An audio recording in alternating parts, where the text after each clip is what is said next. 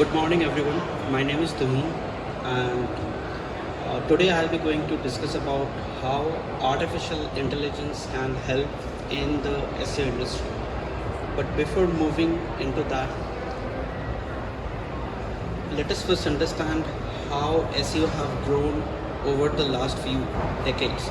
So as you can see, like out of all the marketing channels, SEO have grown way a lot as compared to the other marketing things. Now the thing is why artificial intelligence is important.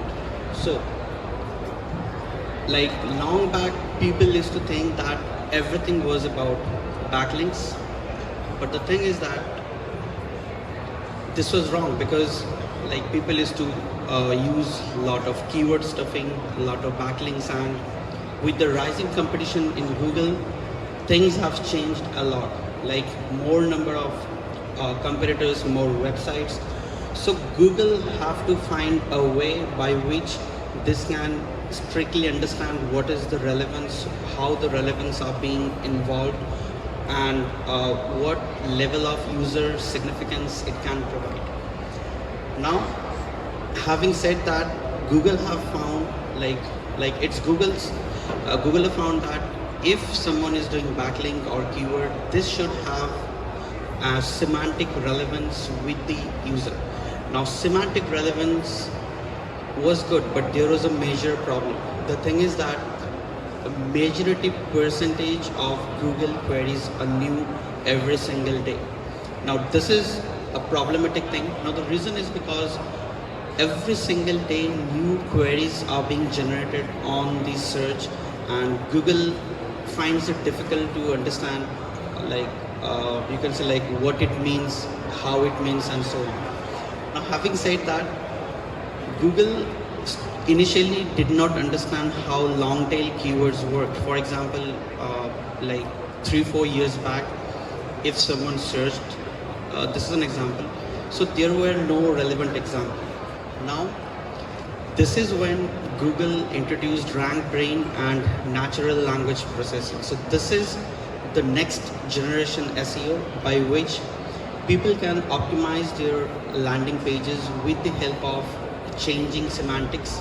Now for the people over here who are unaware of what semantic means, so this basically means that how you are connecting well with your audience, or how you are engaging with your audience, and what you are doing to optimize for the audience. So this gives birth to the rank brain.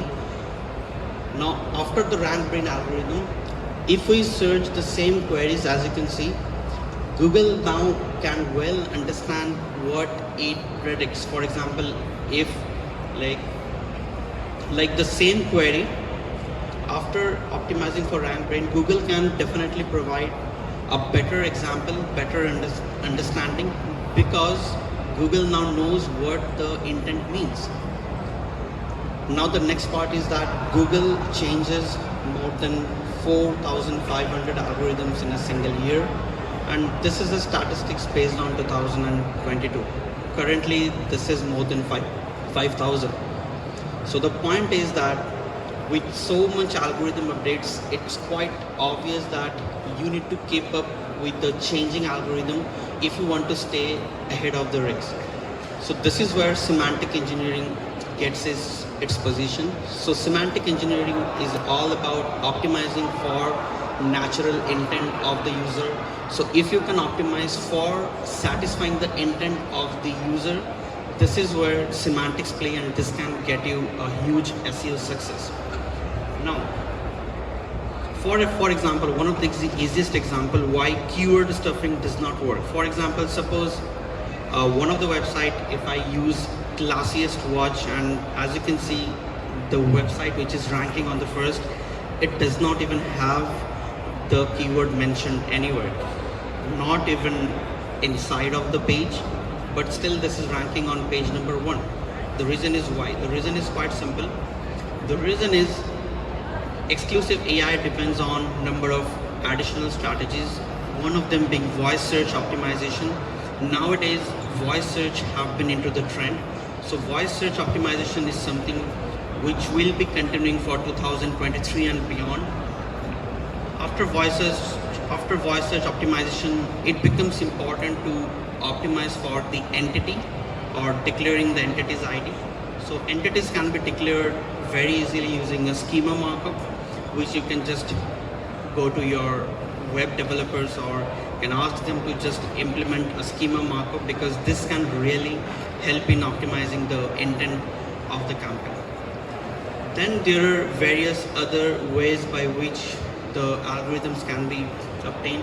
One of them is rank brain algorithm, as you can see.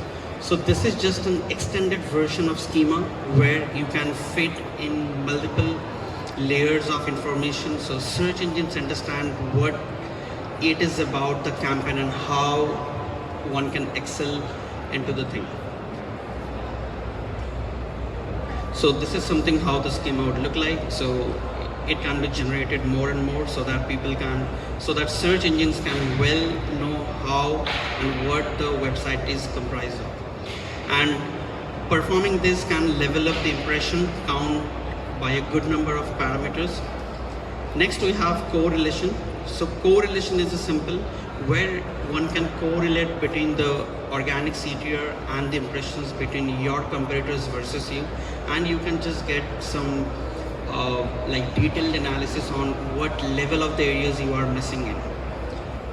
So this is pretty much how you can get the outcome of, for example, if you are optimizing for the H2 tag, then running a correlation algorithm can give you a result of how much you actually need instead of just going and working through all of the things.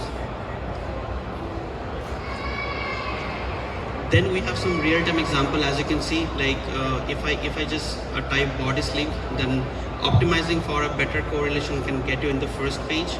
So this was the previous, this was the after. Then we have another algorithm known as LDA. This is an algorithm which improves the similarity and the relevance context into an NLP perspective. Now how this works is very simple. You need to understand your LDA score of your website versus your competitors, and you need to run NLP to make sure that your website is optimized for a better relevancy score as compared to the other competitors which you are having, and this can really give you a great benefit. Example, this is an example of how powerful this is.